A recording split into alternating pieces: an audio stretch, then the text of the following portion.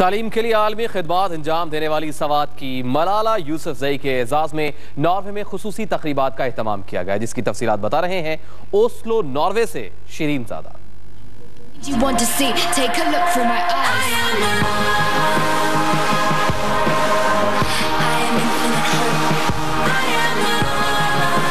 یہ ہے ناروے کا شہر اوسلو، جہاں ہر جگہ سرکاری اور عوامی سطح پر پاکستان کی بیٹی ملالہ یوسفزئی کا خوب استقبال کیا گیا۔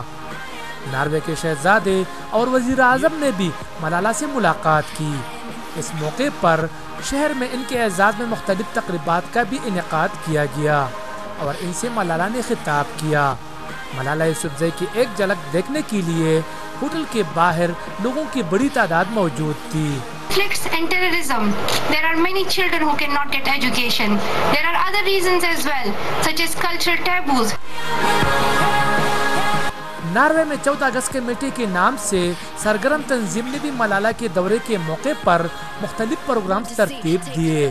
اس موقع پر ملالہ کے والد ضیاء الدین یوسفزئی کو بہترین والد کا ایوارڈ بھی دیا گیا۔ ناروے کے خاتون وزیر اعظم نے وزیر اعظم ہاؤس میں ملالہ یوسفزئی کے اعزاز میں ضیافت کا اہتمام بھی کیا اور ملالہ کی تعلیم کی فروغ کے لیے کوششوں کو بھی سراہا۔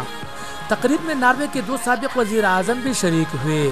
ریڈ کراس ناروے کے جانب سے بھی ملالہ کو ایوارڈ دیا گیا۔ They have helped Pakistan in so many things during the flood time, during the earthquake time, and I'm hopeful that they will still help us to fight against terrorism. Swat سے تعلق رکھنے والی ملالہ یوسفزئی کے پراعتماد لہجے نے گوروں کو بھی حیران کر دیا ہے۔ تقریب میں وہ دیوانہ وار ملالہ سے آٹوگراف لیتے اور اس کے ساتھ تصاویر بناتے رہے۔ ملالہ کے عزم اور اعتماد کو دیکھتے ہوئے یہ اندازہ لگانا مشکل نہیں کہ آگے جا کر ملالہ لڑکیوں کی تعلیم کی فروغ کے لیے کتنی پرعزم ہے۔ شیرین زادہ، ایکسپریس نیوز، اوسلو، ناروے۔ شیرین زادہ کی رپورٹ آپ نے دیکھی۔ اس کے ساتھ ہی ایکسپریس نیوز کا بلیٹن یہاں پر ختم ہوتا ہے۔ مزید خبریں اپڈیٹس کے لیے وزٹ کیجیے live.express.pk۔ دیکھتے رہیے ایکسپریس۔